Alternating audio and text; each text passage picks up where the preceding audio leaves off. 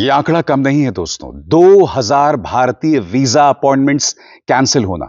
और सबसे बड़ी बात, अमेरिका ने जो 2000 भारतीय वीजा अपॉइंटमेंट्स को कैंसिल किया है, इसका असर आने वाले दिनों में और कई वाजिब मुद्दों पर जो पड़ने वाला है, उसकी आप और हम कल्पना नहीं कर सकते हैं। मैं आपको बतलाना चाहता हूं कि विदेश मंत्री एस जयशंकर वीजा के मुद्दे पर अमेरिकी विदेश मंत्री मार्को रूबियो से मुलाकात भी कर चुके हैं, मगर बावजूद इसके 2000 वीजा अपॉइंटमेंट्स को कैंसिल किया गया है।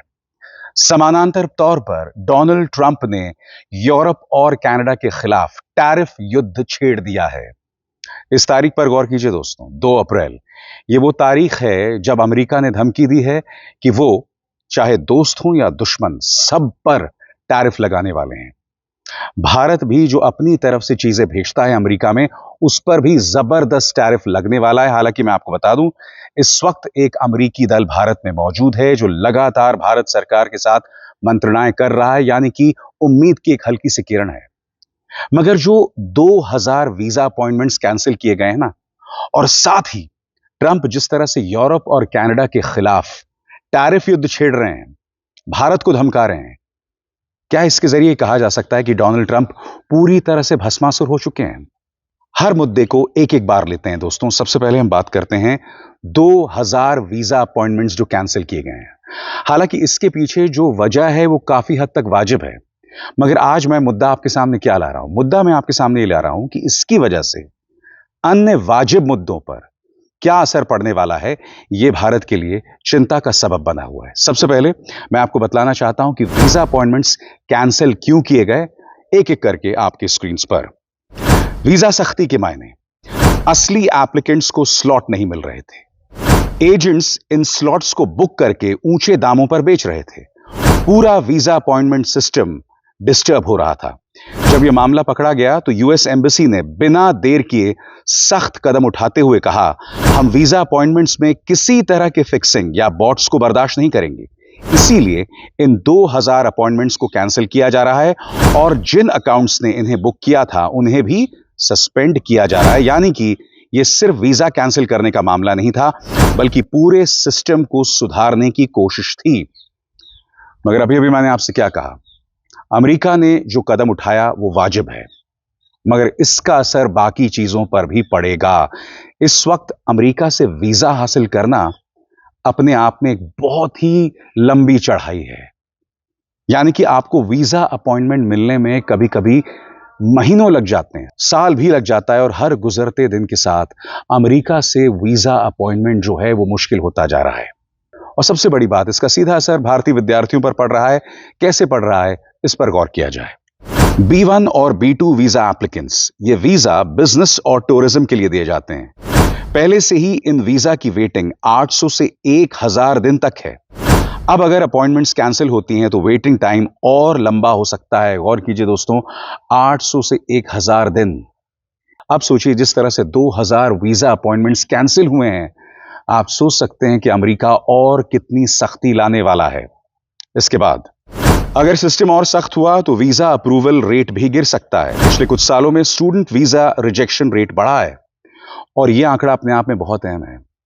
भारतीय विद्यार्थी जो अमेरिका में जाके पढ़ना चाहते हैं और वो जो लगातार वीजा आवेदन दे रहे हैं, ये लगातार रिजेक्ट हो रहा है, और ये भारत के लिए चिंता की बात है। जैसे मैंने बताया, विदेश मंत्री एस जयशंकर ने इस मामले को लेकर मुलाकात भी की मार्को रूबियो से, मगर स्वाभाविक सी बात है, इसको लेकर कोई समाधान सामने दिखाई नहीं दे रहा है। आगे, भारत में हर साल हजारों लोग H1B वीजा के लिए अप्लाई करते हैं, लेकिन अब अगर फ्रॉड की वजह से सिस्टम टाइट हो रहा है तो H1B वीजा पाने वाले इंडियंस को भी मुश्किलें पेश आ सकती हैं। भारत और अमेरिका के बीच में जो व्यापार होता है, जो शिक्षा को लेकर संपर्क होता है, H1B वीजा एक अहम कड़ी है, और हर गुजरते दिन के साथ इसके आसपास जो नियम हैं उन्हें सख्त कर रहा है अमेरिका। और डोनाल्ड ट्रंप ने तो एक बार यह भी कह दिया था कि वो H1B वीजा के खिलाफ हैं। जाहिर सी बात है, यह भारत के लिए अच्छी खबर नहीं है। मगर कार्यक्रम की शुरुआत में आपसे मैंने क्या कहा कि क्या डोनाल्ड ट्रंप भस्मासुर बनते जा रहे हैं? क्योंकि मुद्दा सिर्फ ये नहीं है कि भारत को लेकर वीजा नियमों को सख्त किया जा रहा है, मुद्दा यह भी है कि किस तरह से वो अपने मित्र देशों के साथ एक जंग छेड़ दी है उन्होंने। आपकी स्क्रीन पर यह है CNN बिजनेस की खबर। Trump announces new auto tariffs in major trade war escalation.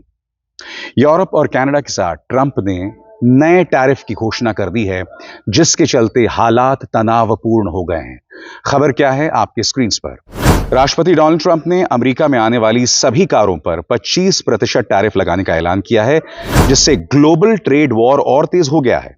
यह टैरिफ 3 अप्रैल को सुबह 12:01 ET से लागू किए जाएंगे और इसका मकसद अमेरिका की ऑटो मैन्युफैक्चरिंग को बढ़ावा देना है। दशकों से फ्री ट्रेड अग्रीमेंट की वजह से कनाडा, मेक्सिको और अमेरिका को ऑटोमोबाइल इंडस्ट्री के मामले में एक ही देश जैसा ट्रीट किया जाता था, बिना किसी टैरिफ के।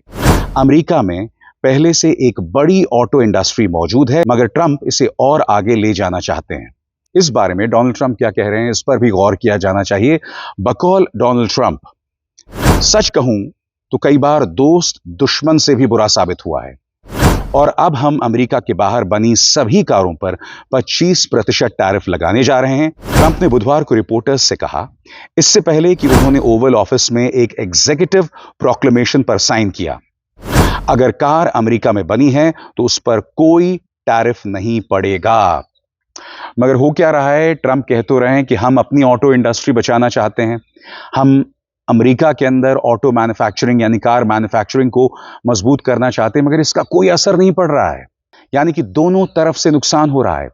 एक तरफ आपने कनाडा और यूरोप के खिलाफ युद्ध छेड़ दिया है और दूसरी तरफ आपका जो अपना ऑटो मैन्युफैक्चरिंग सेक्टर है उस पर भी इसका कोई असर नहीं पड़ रहा है। कैसे, गौर किया जाए इस बारे में CNN क्या कहता है। ऑटो उद्योग पर बुरा असर। राष्ट्रपति डोनाल्ड ट्रंप ने बुधवार को भविष्यवाणी की कि जो ऑटो टैरिफ्स वो लगाने जा रहे हैं उसकी वजह से कार कंपनियां अपना प्रोडक्शन और सप्लाई चेन अमेरिकी फैक्ट्रियों में शिफ्ट कर देंगी। लेकिन ये इतना आसान नहीं है, दूर दूर तक नहीं। ऑटो इंडस्ट्री पर पहले ही कई टैरिफ लग चुके हैं या लगने वाले हैं, जिससे नई कार बनाने और खरीदने की लागत हजारों डॉलर तक बढ़ सकती है। स्टील और एल्यूमिनियम इंपोर्ट पर 25% ड्यूटी पहले से ही लागू है, जिससे इन धातुओं की कीमत बढ़ गई है, भले ही वो अमेरिकी मिलों में ही क्यों ना बनाई जा रही हों। यानी कि अमेरिका, कनाडा, मेक्सिको के खिलाफ इन चीजों का ऐलान तो कर रहे हैं, मगर इसका फायदा अमेरिका को नहीं हो रहा है। और आगे बढ़ने से पहले एक जरूरी संदेश। मेरे कार्यक्रमों के लिए आप नोटिफिकेशन का इंतजार मत कीजिए, मेरे चैनल में जाइए और खुद जाकर कार्यक्रम देखिए और रहिए अपडेटेड। और हां, ज्वाइन कीजिए मेरा चैनल, देखिए यह जरूरी संदेश। स्वतंत्र और आजाद पत्रकारिता का समर्थन कीजिए, सच में मेरा साथी बनिए। बहुत आसान है दोस्तों, इस ज्वाइन बटन को दबाइए और आपके सामने आएंगे ये 3 विकल्प, इनमें से एक चुनिए और सच के इस सफर में मेरा साथी बनिए। और समानांतर तौर पर याद कीजिएगा, इसी मंच पर मैंने आपको बतलाया था कि किस तरह से सुरक्षा में एक बहुत बड़ी चूक हुई है। अमेरिकी राष्ट्रीय सुरक्षा परिषद के करीब 18 सदस्य, जिसमें राष्ट्रीय सुरक्षा सलाहकार भी शामिल हैं, वो एक मैसेजिंग ग्रुप का हिस्सा थे, सिग्नल मैसेजिंग ग्रुप का। और इसमें इस बात को लेकर चर्चा हो रही थी कि साहब, हमास पर कब हमला किया जाए, हूथीस पर कब हमला किया जाए। अब हुआ क्या कि जो राष्ट्रीय सुरक्षा सलाहकार थे माइकल वॉल्स, उन्होंने इस ग्रुप में गलती से द अटलांटिक के एडिटर गोल्डबर्ग को जोड़ दिया और उसके बाद दुनिया के सामने खबर आ गई कि इतने संवेदनशील मामलों की चर्चा जो है वो एक मैसेजिंग ग्रुप में हो रही थी।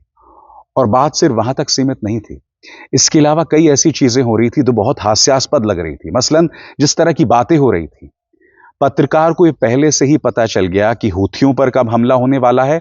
और एक और चीज जो सामने उभर कर आई है, उसके चलते अमेरिका और यूरोप के कई देशों में तनाव बढ़ गया है। इसके अंदर जो बातचीत हो रही है उसमें यूरोप को नाकारा और मुफ्तखोर बताया गया है। अंग्रेजी में एक शब्द है दोस्तों, फ्री लोडर। यूरोप के बारे में कई फब्तियां कसी जा रही हैं, जिसके चलते डोनाल्ड ट्रंप और यूरोप के कई अहम देशों के बीच में तनाव बढ़ गया है। कई रिपोर्ट्स के मुताबिक एक बड़ा कूटनीतिक विवाद खड़ा हो गया है। एक लीक हुई सिग्नल ग्रुप चैट में ट्रंप प्रशासन के अधिकारियों ने यूरोपियन सहयोगियों को बेकार और मुफ्तखोर यानी फ्री लोडर कहकर तीखी आलोचना की थी। यमन में मिलिट्री स्ट्राइक्स पर चर्चा करते हुए अधिकारियों ने नाराजगी जताई कि ये सहयोगी रक्षा सहयोग और योगदान में बराबरी नहीं कर रहे हैं। और जैसा कि आपके स्क्रीन पर आप ये खबर भी देख सकते हैं, US Europe tensions escalate after signal leak. ये जो सिग्नल मैसेजिंग पर बातचीत हो रही थी और खासतौर से जिस इमेच्योर अंदाज में, अपरिपक्व अंदाज में बातचीत हो रही थी, उसमें अमेरिका की बहुत छीछा-लेदर हुई है। लोग कह रहे हैं कि भाई इतने संवेदनशील मामलों की चर्चा आप मैसेजिंग ग्रुप्स में कर रहे हैं। आप सब जानते हैं दोस्तों, हमारे परिवारों के व्हाट्सएप ग्रुप होते हैं। अब कल्पना कीजिए इसी तरह के व्हाट्सएप ग्रुप्स में यह चर्चा हो रही हो कि हमें कब किस देश पे हमला करना है, कब किस टेररिस्ट पर निशाना साधना है। और आप सब जानते हैं आज की तारीख में कोई भी मैसेजिंग ग्रुप हैक हो सकता है। पेगासस एक ऐसी चीज है जिसका इस्तेमाल भारत में भी हुआ था, भारत में जो विपक्ष के नेता हैं उन पर भी हुआ था, और आपके सामने परिणाम हैं। ऐसे में सिग्नल मैसेजिंग ऐप को भी हैक करना कोई बहुत मुश्किल बात नहीं है। और आप जानते हैं अमेरिका के जो दुश्मन हैं उनके पास भी बहुत ही ज्यादा सोफिस्टिकेटेड हैकिंग इक्विपमेंट है, चाहे वो रशिया हो, चाहे वो ईरान हो, चाहे वो चाइना हो। ऐसे में अब दुनिया को पता चल गया है कि मैसेजिंग ग्रुप्स के अंदर अमेरिका के ये अधिकारी ये चर्चा करते हैं। आज जो कार्यक्रम मैंने आपके सामने किया उसका मकसद क्या है? उसका मकसद यह है कि आज अमेरिका चल रहा है एक आदमी की जिद की वजह से, और उस आदमी का नाम है डोनाल्ड ट्रंप। यह आदमी अपने अहंकार के चलते चीजें चला रहा है, अपने अहंकार के चलते वर्ल्ड हेल्थ ऑर्गेनाइजेशन से पैसा ले लेता है, अपने अहंकार के चलते क्लाइमेट संधि से अपना नाम खींच लेता है, अपने अहंकार के चलते खुलकर अपने देश में जो लोग आते हैं, चाहे ज़ेलेंस्की हो, चाहे प्रधानमंत्री नरेंद्र मोदी हो, उन्हें बेइज्जत करता है। और ऐसे में जिस व्यक्ति को खिताब मिला हो दुनिया के सबसे ताकतवर आदमी का, अगर वो इस तरह की बात कर रहा हो तो स्वाभाविक सी बात है सवाल उठने जरूरी हैं। और इसलिए मैंने कार्यक्रम की शुरुआत में कहा कि ट्रंप भस्मासुर बन गए हैं।